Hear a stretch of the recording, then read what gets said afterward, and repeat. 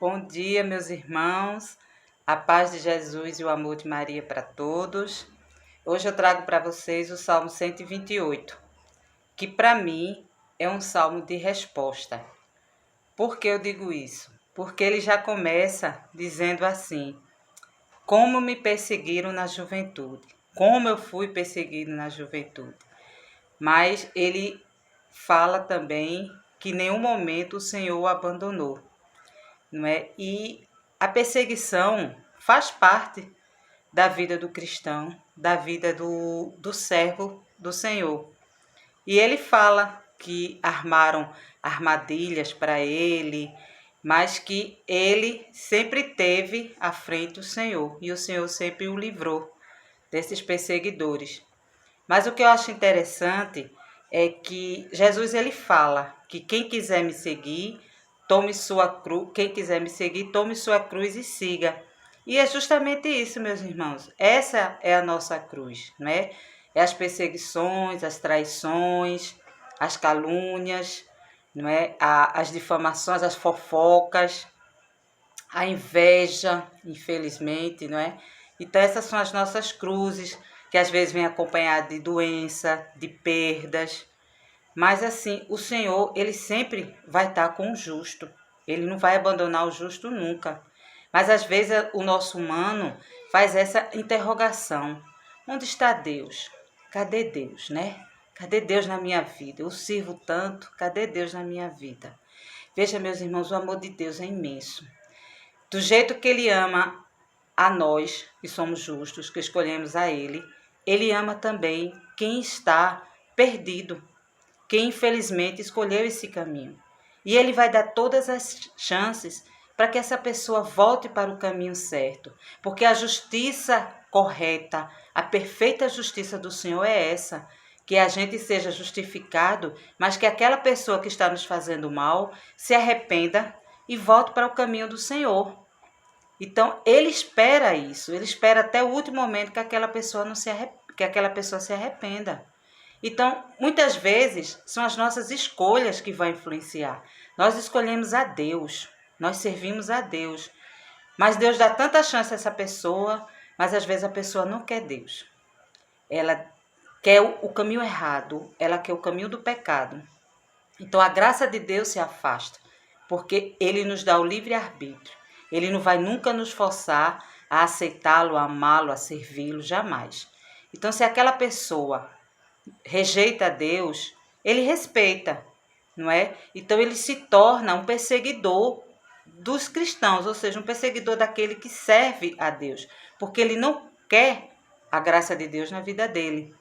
E aí é que a gente percebe, né, o quanto Deus nos protege, porque ele fala aqui no Salmo que essas pessoas, veja mesmo como isso é forte, minha gente, essas pessoas jamais ela vai ouvir isso da boca de um cristão, que desça sobre vós a bênção do Senhor. Não é porque ela não mereça, é porque ela não quer.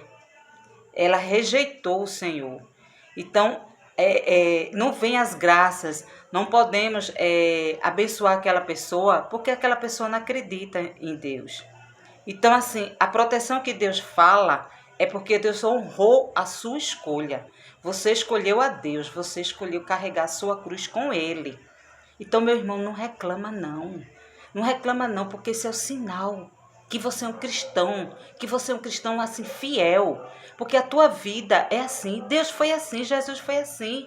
Jesus foi perseguido, foi traído, foi caluniado. Jesus sofreu muito, teve muita tristeza no coração dele aqui, mas ele se manteve fiel ao Pai.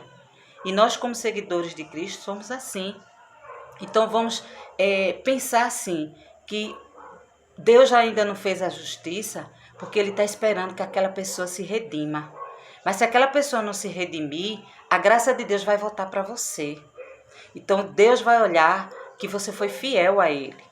E assim a gente vai fazendo a nossa caminhada. A caminhada da gente entender que esses são os caminhos que Jesus escolheu para o cristão. Porque a nossa vitória, a nossa felicidade não é aqui, é lá no céu com Ele. Aqui é a nossa peleja, é o nosso caminho, é a nossa provação. Deus não tenta, minha gente, Deus prova. Então Deus está provando para dizer assim, você merece o céu, porque você foi fiel em todos os momentos, não é? E que a gente tenha misericórdia dessas pessoas que tiram Jesus da vida delas, dessas pessoas que negam, que não querem de jeito nenhum mais a graça de Deus, porque uma vida sem a graça de Deus, meus irmãos, não é nada. É uma alma perdida, não é? Então, assim, para mim foi resposta de eu dizer assim, Márcia, espera no Senhor, porque do jeito que Ele ama quem está te perseguindo. E Ele quer muito que essa pessoa volte ao redil. Então, assim, vamos sempre pensar que Deus está conosco, que Deus quer o nosso bem e que essas injustiças e perseguições fazem parte da nossa purificação. Tá certo, meus irmãos?